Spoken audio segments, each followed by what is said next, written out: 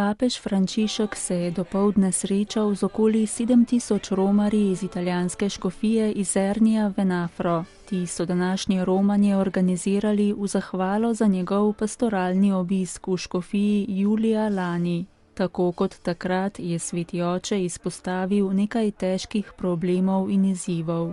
Na prvem mestu je omenil brezposelnost, ki zadeva predvsem mlade generacije. Ne sme se odlašati s konkretnimi koraki, ki bi pripomogli k odpiranju novih delovnih mest. Zato mora prebivalstvo združiti svoje moči z institucijami, privatniki in drugimi. Zagotoviti je potrebno ustrezne službe, ki bi odgovarjale na dejanske potrebe ljudi, zlasti ostarelih, bolnih, družin in oseb s posebnimi potrebami.